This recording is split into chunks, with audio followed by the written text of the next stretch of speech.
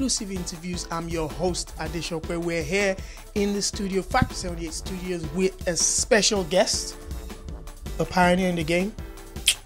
I would say one of the people that stood up to celebrate the African culture and music here in the UK. DJ Edu of BBC Radio 1 Extra. How you doing, sir?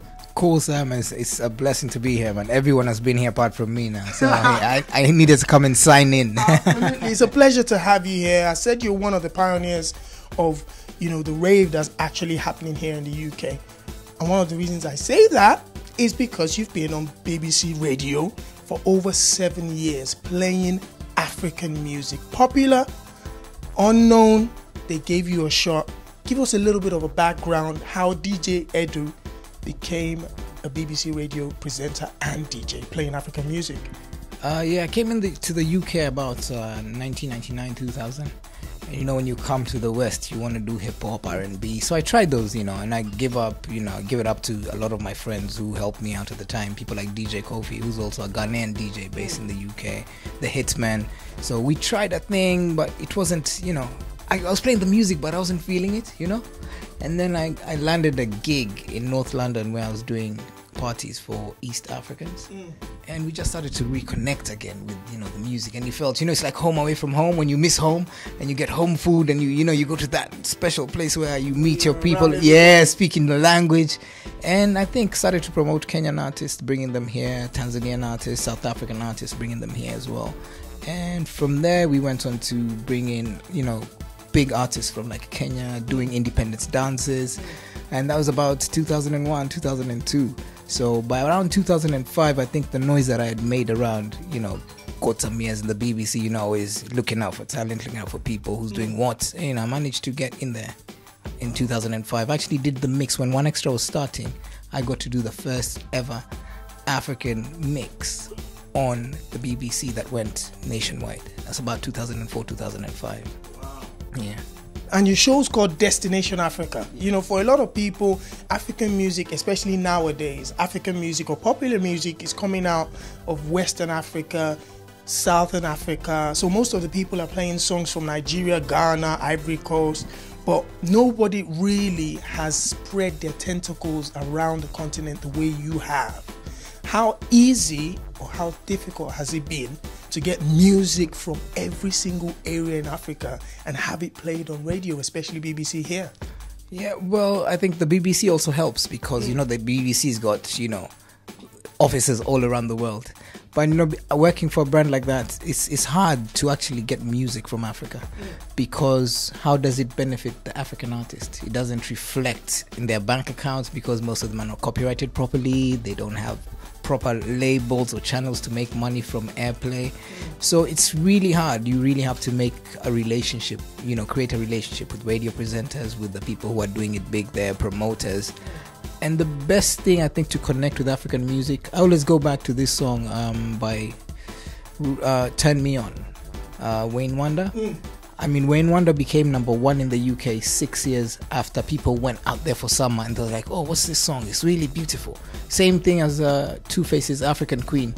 It became so big after, So sometimes you need to go to those territories and experience. When you go to Nigeria and you go to a club, you're like, wow, what's that song? You go to Angola, you're in a club, you're like, wow, what's that song? Because people go crazy. People forget that Africa is actually a continent and there are pockets of people doing very amazing things on the planet. So, on the continent. Yeah. So, yeah, that's what it is.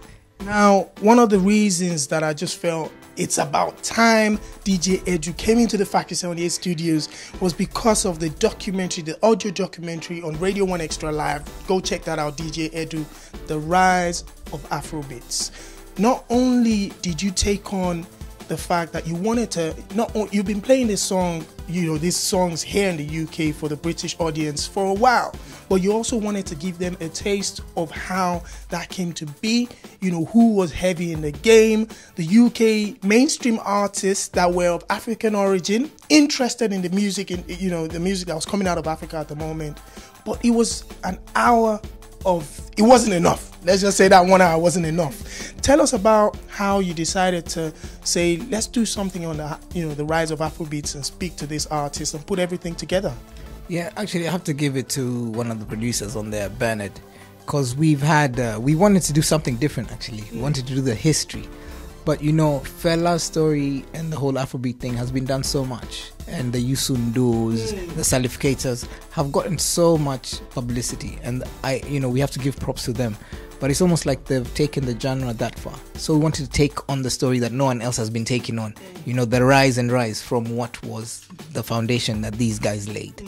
So, and having all these artists coming to the UK, pulling so many crowds, we always overlook content and a story. There's always a story there. So we're like, you know what? Let's draw out something. We met up with a couple of friends. We're like, yeah, draw. We spoke over a couple of coffees, a couple of teas, and we said, you know what?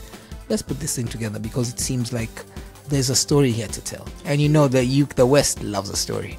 Yeah, so, anyone who has a story always, the Canaans, he has a story. He always pushes on. You have somebody like Emmanuel Jal, a story. Akon, a story. You see, so we're like, you know what?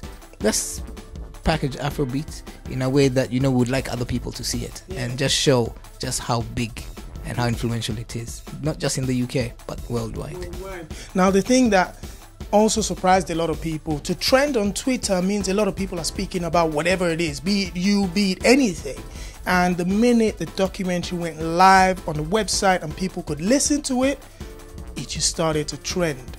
Afrobeats, the rise of Afrobeats, and got people interested, got people talking about this music that everybody is so excited about now. For someone like you to have started playing 6-7 years ago, BBC Radio, to see how far this music industry and music genre has come, what does it mean to you?